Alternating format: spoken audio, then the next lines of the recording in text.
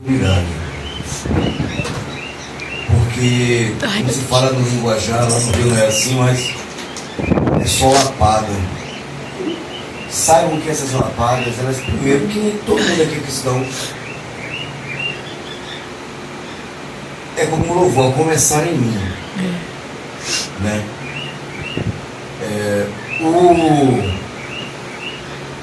O finado pastor e cantor e político Lázaro, ele tem um louvor, né, que grande movimento fez no Brasil, Deus através daquele homem. Que ele fala assim, o que não é novidade, mas ele traduziu poeticamente: os dias são maus. Vocês lembram desse louvor? Os dias são maus. Glória a Deus. Pode parecer uma redundância. Os dias sempre foram maus. Mas eu acredito que, ao chegarmos dentro daquilo que a Bíblia vem desde Gênesis, e da igreja primitiva, e da escritura do livro de Atos, que ainda continua sendo escrito por nós, como igreja hoje, ele vai se agravando. Ele vai se agravando. Deus, ele me surpreendeu, porque o que ele põe no meu coração, eu digo: Senhor, muitas das coisas que tu põe para um servo, uma serva, um vaso, um conduíte teu falar, e a gente vê como os profetas da Bíblia e os pais da fé, são coisas que às vezes eles mesmos também, se não em tudo, são falhos em algumas coisas. Nós vemos homens na Bíblia, né, na preeminência, citados aqui, muitos foram deixados de ser citados, só saberemos no céu, mas os aqui foram citados na nossa versão, porque ainda existem alguns livros dos católicos considerados, e alguns livros que a Septuaginta e os descobridores deixaram para lá, com contextos históricos. Mas aqueles que Deus colocou aqui, Paulo bem ressaltou no seu livro, todos eles caíram, todos eles pecaram. Pecaram por serem maus também? Não. Eu, Jesus Vila Nova, eu tenho um pensamento sobre isso. É para que se comprovasse sempre que só Deus é Deus. Aleluia. Só Deus é Deus. Glória a Deus. Nós louvamos muitos louvores aqui da harpa. Eu sou de formação batista e tradicional. Não, perdão, da renovação, mas conheço a tradicional. Passei por algumas denominações. E eu até pedi a minha mãe hoje, ao visitá-la: mãe, e você não cantou cristão? Eu conversava com a minha esposa essa semana. Porque a maioria dos louvores, das harpas da vida surgiram do cantor cristão, né? Foram adaptados. Mas aqui não é uma questão de degradar quem é quem, e sim são letras altamente inspiradas. E de todos que foram louvados hoje aqui, eu separei um, porque não há tempo para todos. Um pendão falando sobre isso aqui já, sobre estandarte, sobre bandeira, né? O Senhor é a minha bandeira.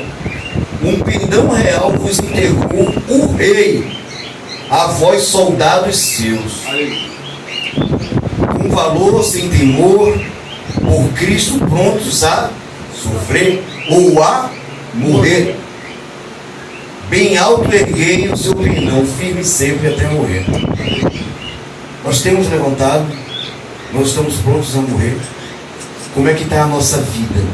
A nossa vida como seres humanos aqui na Terra, representantes do céu, é uma vida que ela se divide em vários ângulos simultâneos. Como é que é a minha vida no trabalho, como é que é a minha vida em casa, como é que é a minha vida na rua, como é que é a minha vida na escola, na faculdade, como é que é a minha vida com o meu grupo íntimo, como é que é a minha vida com meus amigos cristãos, com os meus amigos ímpios, como é que é a minha vida sozinho, onde só Deus e o diabo vê. Como é que é a minha vida? E eu fui surpreendido com a missionária, porque ela colocou a igreja para orar. Não é uma crítica, eu não estou falando da nossa congregação, mas nós vivemos, eu vou citar títulos aqui, não é direcionado, estou falando da igreja holística de Deus aqui na terra. Nós vivemos com pessoas que nós temos títulos, né? pastores que não têm cheiro de ovelha. Nem todo pregador ele é pastor. A irmã Elilde disse aqui uma palavra muito forte na minha oportunidade passada. Ser orador, ser pregador é uma coisa, ter vida e intimidade com Deus é outra. Antes nós não tivéssemos títulos, mas tivéssemos prática. Evangelistas que não evangelistas, missionários que não vão fazer missões, missionários que não saem de dentro dos templos da sua casa. Missionários e missionárias e pastores que se fazem mestres de si próprio, visitando a igreja, mas não tem um templo ou a submissão a um líder. No céu há hierarquia. No céu há hierarquia e nós refletimos, ou pelo menos deveríamos refletir aqui na terra um pouquinho do que deve ser o céu. É um tal de louvor de vitória, de vitória, de vitória. Eu vou fazer 51 anos crescendo dentro do Evangelho. Passei pelo mundo. Não há vitória maior dada do que na palavra de Deus retrata a morte de Cristo na cruz e a ressurreição dele. Glória a Deus. Aleluia. Vitória, vitória, que povo para viver em dificuldade do caramba. E eu conversava com a minha esposa essa semana.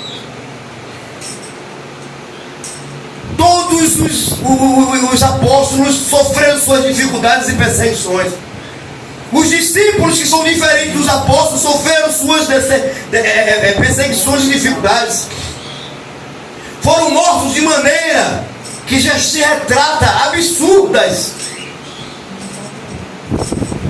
A igreja primitiva morreu, foi para dentro do Coliseu, foi perseguida, foi estrangulada, escalpelada, degolada, rasgada no cavalo pelas pernas do meio.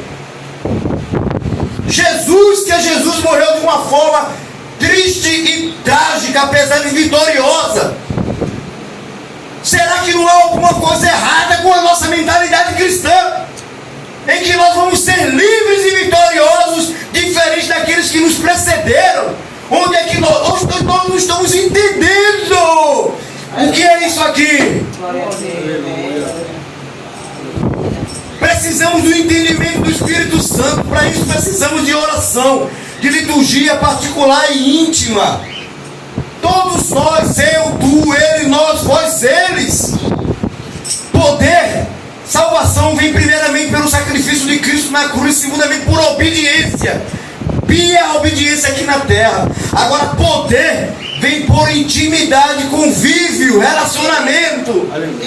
Jesus disse: eu vou, mas eu deixo o Espírito Santo. Não, eu deixo-vos o outro Deus. Nós temos uma bomba relógio nas nossas mãos. Eu queria como foi que viver com Jesus do lado, ouvir a vozinha dele, como os discípulos e o povo da época. Nós vivemos com o outro Deus, Pai, Filho e Espírito Santo, hoje. E é o mesmo erro dos da época, não fizeram o uso devido de Cristo e do convívio com Ele, do poder dele aqui na terra. Nós não fazemos o uso devido do poder, da consolação, da instrução, da condução do Espírito Santo, que ao contrário de demônios por aí, ele quando nos possui, se nós permitirmos, e deveríamos possuir todos os dias, nós faríamos coisas mirabolantes. Eu estava ali orando ao Senhor, falei: meu Deus, porque o Senhor me escolhe para falar essas coisas? Eu não vivo nada disso. Não é o lugar da verdade? Ninguém vive. Mas se Ele manda, eu passei mal um dia desse aqui, eu quase morro, porque Ele mandou eu fazer algo e eu não fiz. Estava o pastor, estava a missionária, ele e minha esposa, fiquei branco, pálido, sentei do lado, e o Espírito Santo falou: estou punindo você. Eu não faço aqui apologia que todo culto tem que ter movimento, todo culto tem que te digo, esse que não sei o quê. Não! Isso é uma propriedade deliberativa de Deus através do Espírito Santo. Muitos se utilizam disso para usar de carnalidade. Contudo, quando Ele manda, se somos servos, somos vasos, temos que obedecer. Paulo escreveu no capítulo 4 de 2 ao Timóteo, principalmente no 5, mas a partir do 1 seguinte: conjuro-te, imponho-te, obrigo-te, pois diante de Deus e de Cristo Jesus, que há de julgar os vivos escatológicos, os vivos e os mortos, na sua vinda e no seu reino. Prega a palavra, insta em tempo ou fora de tempo. Aonde você, entendo que aonde você estiver no ônibus, aonde você estiver no cinema, aproveita uma oportunidade. Nem sempre você abrir a boca e falar claramente. Use de inteligência e artifício em que as pessoas entendam e sejam levadas a um momento em que sejam elevadas ao reino de Deus. Prega a palavra em tempo e fora de tempo. Admoesta, corrige, repreende. Olha, tudo que nós não gostamos. Se um pastor de igreja fala essas coisas e nós ficamos bicudo, que dirá um mero irmão Gesias? Fazendo uma analogia a todos nós, né? Com toda a longanimidade e ensino. Porque virá, olha aí, eu acredito que não virá. Já é. Uma gíria do Rio. E aí, já é. Tempo em que não suportarão as sãs doutrinas.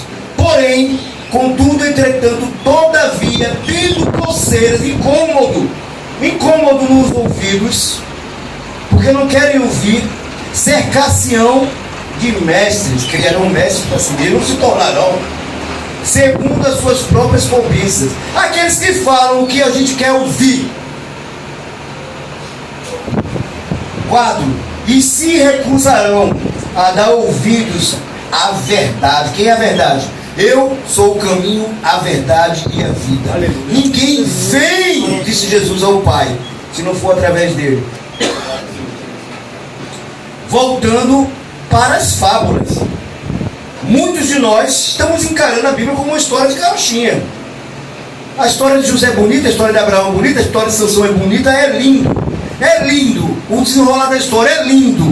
Mas o processo, a realidade, ou então nós não cremos que aquilo verdadeiramente aconteceu. Agora vem o X da questão. Tu, porém, ser sóbrio, lúcido, consciente em tudo, vírgula, sofre as aflições, faz a obra de um evangelista, cumpre bem o teu ministério. Para finalizar, irmãos, o carnaval está aí. Sempre foi do jeito que é. Está mais ousado? Não. Ele está mais aberto, mais libertino, né? Depois da pandemia, não houve a correção, houve uma piora. Mas está escrito. Porque as pessoas no carnaval se vestem disso, daquilo outro, vão falar do sambódromo. Pessoas ficam ali totalmente possessas. Cristo já foi humilhado, entre aspas, na visão dele, foi tentado ser humilhado de todas as formas. Se você observar e tiver coragem de ligar um pouco a televisão e ver se pessoas estão totalmente possuídas ali, em transe, é a casa do diabo. O mundo hoje é a casa do diabo. Mas, irmãos, está aqui. O mundo jaz no maligno. É a nossa obrigação transcendermos tudo isso. É daí para pior no mundo. Pessoas que foram cegadas pelo seu próprio entendimento. Estão no mundo, foram cegadas de uma forma muito mais fácil. Alguns que estiveram na igreja foram cegados, estão cegos hoje. Nós é que temos que ter cuidado para não sermos cegados pelas astúcias, pelas mentiras, pelos engodos, por aquilo que apraz ao nosso coração, a nossa própria concupiscência, oferecido pelo diabo e pela nossa própria carnosidade, natureza branca. Nós ainda estamos aqui. Se estamos aqui hoje, vamos estar amanhã, é porque nós somos aqueles que passaremos exatamente pela vitória da dor, da perseguição, da morte de entes queridos, pelo dilaceramento, humilhação, vitupério, Imagine todo tipo de tortura e humilhação. Porque, para finalizar, diferentemente do que na época do Cristo, quando eles aí na igreja primitiva conseguiam se esconder dentro das cavernas, não vai haver como se esconder nem no mais profundo buraco da terra. Porque a besta, que é a tecnologia, os drones, a potência dos satélites, não vai deixar a igreja de Deus em paz. Então preparem-se para a grande vitória da dor e da morte e amor, por amor a Cristo Jesus. Que Deus ele continue nos abençoando, nos preparando, nos conscientizando e nos capacitando para a morte física, porque é espiritual. A gente vai para glória em nome de Jesus. Aleluia.